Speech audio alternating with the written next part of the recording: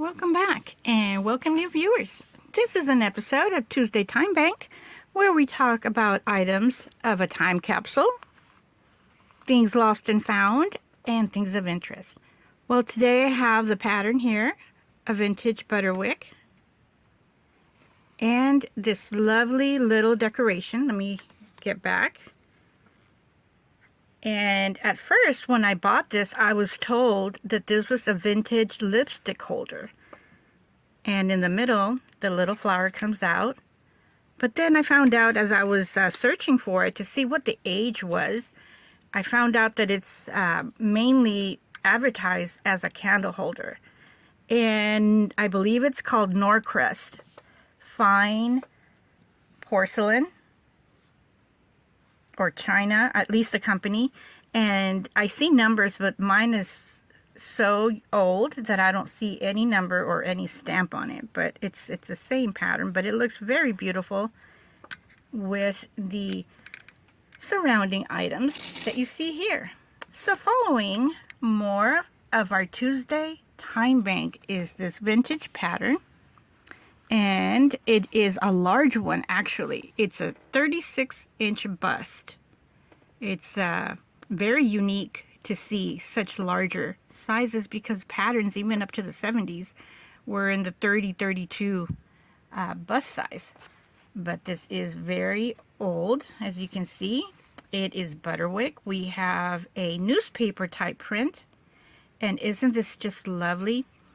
In the bottom, I got a little surprise when I got to see this, that it says over here, morning frock for women's and misses. So this statement right here reminded me of the Victorian era, where ladies would have to change for their tea time. They had a dress set for tea time, then a dress for the rest of the day, and then dress in for dinner. So that was quite an experience for those ladies, I'm sure. And following last week, this week we have this unique design over here by the hip. Well, actually, let's see it from here. We get to see this double dip, very beautiful flounce, like you see here, and it goes up. And then over here on the bottom, it has a little bit of a flare and out. So I think that's just wonderful. A little bit more of that difficult feel. It comes with the belt, and I'm pretty sure it was a matching belt like I see right here. And the beautiful, lovely top. It's very nice to see that dresses from the Victorian era had very beautiful little lace and flounce, and over here it's no exception because we get to see how beautiful this right here, these sleeves are. So it looks like it's double sleeve, and again, I think that what they used as far as fabrics was silk chiffon, organdy, sheer fabrics, light cottons like violet, and I'm not sure if I'm saying that correct, violet or violet, but that is very thin, almost like scarf fabric, just to give you an idea what to compare it to. And actually, yes, they did use it for scarf, actually. And look at the price, 25 cents, even though now sometimes our local corporate, I should say, fabric store that has the patterns does have sales, or used to. That's when I still had a car and I was driving. So it used to have a $1 sale, and they were like $20, some of them. So very interesting. And again, for the era, we get to see the hairstyle. So this reminds me of the Little Rascals episode where the kids were at school and they had a teacher, and she announced that she was going to get married, and she had a dress similar to this, very beautiful. So if you have a chance, look for that episode. I don't know the name, but maybe the description will help you find it. Maybe if you put Little Rascals teacher episode. So in the back, we get to see the design, or actually the pattern. So this one right here is interesting, and I think this is the sleeve. Like if you put it forward, you're going to see a little wave, as you see here. So pretty much like if you have seen patterns from the 1950s for your doll or for people, like a costume, you have the flare skirt, which is this right here. But this is for the sleeve. So let's see what it looks like inside. Oh, I got to be very careful because it's falling apart, ripping on the sides. So this is something I should have thought of before. But we're going to be doing it right now, and I'm going to definitely leave it out when I store it. So there we go. Got to be very gentle with these beauties. I take so much pride in having vintage original patterns, and oh, look at what we have. First of all, I just got a sneak peek at the pattern, and it's dots. And I have seen that from the 1940s, but this is really like the 1930s. So I will put it in the description later on what era this is, but definitely looks like the 1930s. And look at this right here. This right here is a little hack, and it's a binding slash, and how you put fabric in there, and then you verse it in and close it. And I do this for my dolls, actually, right here, for the collar, for the armhole. So that's a very nice little detail. And oh, and look at this, very interesting here too. This is the underarm closing. So the closing is right under the underarm, and I do know that some of the finer dresses that I did buy from designers did have underarm closing or by the zipper. So that is a very unique detail to see right there. And here's the top. Looking at these, you get more in-depth look at what the pattern was like. Look, it has little darts by the bust and on the waist. So we have 3 darts, and definitely did not see that from the picture here. So we are having 3 small dart detail on each side and the bust. So there's a little bit more right here. Or actually, yeah, that is the top. I thought it could have been the waist. And here is the connection. And I'll be brief because I believe most people are not interested in this. But here is the connection to the front of the dress. The beautiful flounce and dip. And look at this detail here. So this is something to behold. Definitely the first time that I see it, I'm opening it here with you, and here is the gorgeous detail for doing the flounce around the neck and the sleeves. So this one right here is the most contemporary one, which is the one on the right, and the one on the left, which is the most beautiful and feminine one, is this detail right here. So beautiful. It is a 36 inch, so I have a chance of being able to fit into this. Oh my goodness, look how gorgeous this is right here. Even the artwork is beautiful. So hopefully you're having as much fun as I am just looking at this. And it would be a treat to do this dress. Look at the back right here.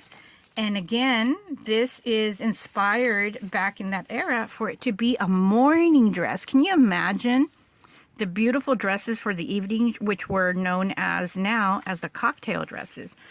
So this is what you or I, if we are having this vintage pattern, we're going to have to deal with. The good thing is that you can set this out. It has little dots. It does not look, excuse me, that the dots are helping. And I wonder why they have the dots. What is the purpose of these dots, actually? Look at that. Maybe to put the pins in there is my first assumption, is to put it around the fabric and use these dots to pin it down. So what do you think? Let me know in the comments. What do you think that these dots in here were for? So this is one piece, and I don't know what it is by the looks of it. It's rather long, so I'm going to say that this is for the skirt. There's this little cut here. I don't know if it was cut in time, and I kind of think so. So right there. So I'll be gentle in putting this back. I have no idea what this code is. Let's call it a code, because I don't know what it is. So very interesting. Definitely people sewing in that era needed to have their brain wired in a different way. So let me put this here to hold it. So I was looking at the pattern. I'm trying to find a year. I couldn't find anything other than this beautiful little statement that this is for mourning. And I looked in the back. There's nothing here. But I did find the suggested fabric. So that's very interesting. So right here we have best fabrics are silk or chiffon, broadcloth. I can't see, it's so small. Let's see here. I'm trying to see it, but I have part of the camera holder in the middle. Okay, so there we go. Sheer linen, crepe de chine, silk crepe, shantung, and I'm probably mispronouncing them. Cotton prints, gingham, interesting. Dinty, cotton lace, embroidered, batiste, very, very beautiful. And here to the side we have plain with, I don't know, we're at the end, harmonize with plain with organdy. So it's probably the edges. And another very interesting is the size. We are looking at size, what is it? Size 36 bust. So there is no size. All right, there it is, size 18. So for a size 36 bust, I think it's the same. For a size 36 bust, we are looking at a waist, so that's the third one down. 30-inch waist and 36 bust. Okay, so yeah, it's 36-30. And what's the hip? 39. Oh, 39 hip. So very interesting. I hope somebody used this fabulous pattern and design. And let me show you from the instruction booklet. And right here, they called it the delta. So it's probably what it's called. I don't call it that. And this is the dress here. And on the other side, you get to see information of how or what you're going to be doing. Very interesting what this part is. Oh, it's probably, who knows what this is? Let's see.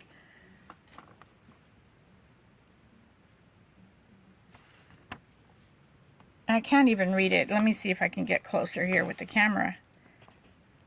Oh, it says lengthen or shorten here. Oh, so I see. So that's where you lengthen or shorten it. Actually almost looks like a glove. The pattern itself did not have long sleeves, so this one is right over here. So of course that is a good idea. I suppose if they don't mention it, the seamstress at that time probably would not. I'm sure that she would. But I find it very interesting how you have the dress right here on this side. And this is actually not one side or other. This is actually how it folds. So it just happens to fold into, you have this on the left and this on the right, excuse me. And especially in this one picture, you get to see the dress and all the intricate design and things that you need to do. So I hope that you find this interesting. If you sew or you don't sew, but definitely such a beautiful thing to see of the era gone by. I want to thank you for being a part of this video. Please don't forget to give me a thumbs up, a comment, and a share. Shares are helping my channel grow, and they're also helping to reach more people with the same interest. And if it's not, then they have a choice of whether to stay around. And I hope that they do. And if you're a new viewer, please consider subscribing. There's a lot more to my channel, and a good indication is from my playlist. So we will see you next week in the next Tuesday Time Bank. Until then, be safe, take care of yourself, and have a great one. Bye.